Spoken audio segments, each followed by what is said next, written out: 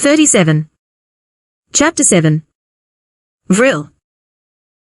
Bob manages Svidler in Game 2 rather handily.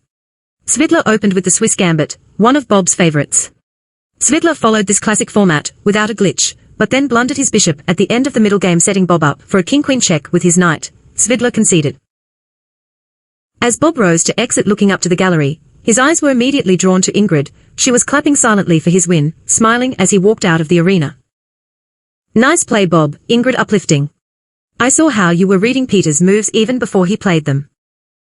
He was oblivious to your piercing invocation. Did you drink some of the tea this morning?" Bob went from a feeling of like being bathed in a sea of roses and celestial perfumes showering down upon him, pouring out from a sacred chalice, suspended in air by this Aquarian goddess, to one of, "She's a witch." Not wanting to fold up his cards just yet, replies, "What tea?" Ingrid smiling a big smile knowingly. Bob alludes, "What tea? Your tea, you never gave me any of your tea." 38. "My tea or tea, what's the difference? Did you drink a cup today?" Bob shows his juices. "No, I forgot. What is going on here, Ingrid? Where is Magnus?" "Bob, let's take a little walk. I need to show you something. Magnus is still watching the game, follow me. Your next game is not until 9 p.m. We have plenty of time, and guess who you're playing against next?" "You, I know." "So good, let us prepare for our match together. First we will need 2 cups of hot water. Now that we've both got a fresh recharge, let us jog up to the cathedral. It's only 3 miles from here. I must show you something that you absolutely need to see." 3 miles, jogging, are you not seeing what you are saying? I haven't jogged in I can't remember how many years. Oh, come on, trust me. Once you shake those limbs, the rest of your body will follow.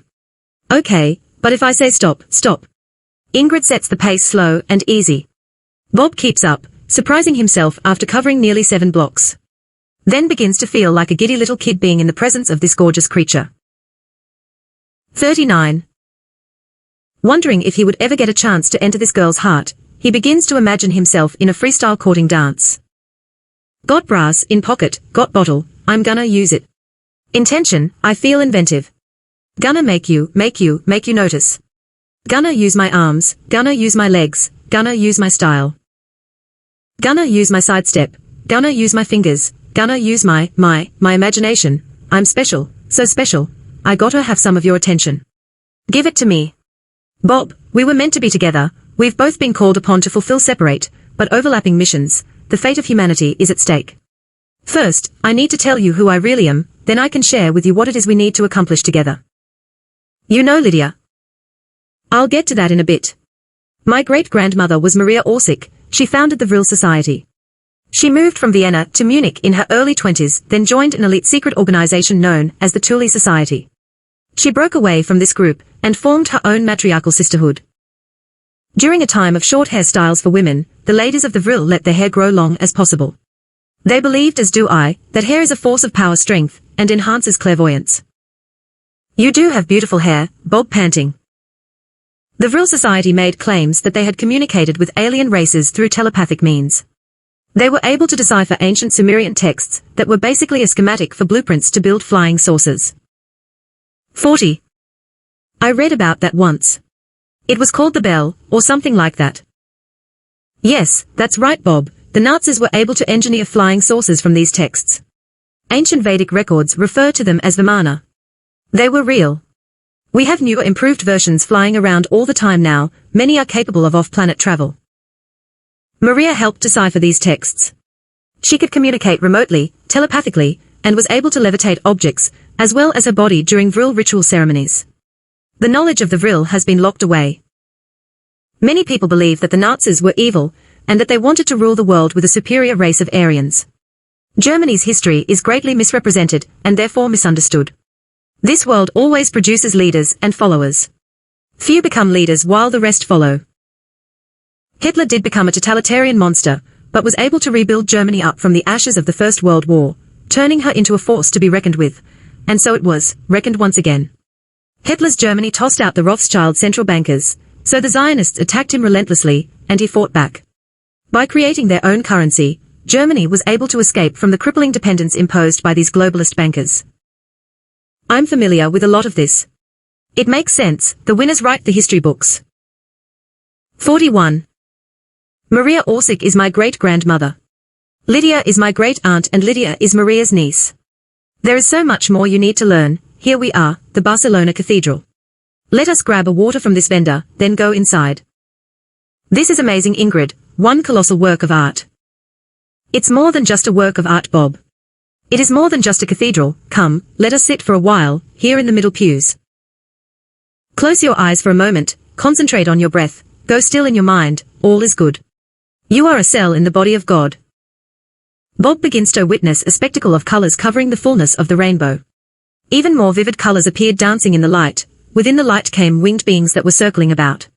He then sees as a dark cloud cover this view, then the cries of millions, billions of anguish-tormented souls. He turns his face away from this apocalyptic scene.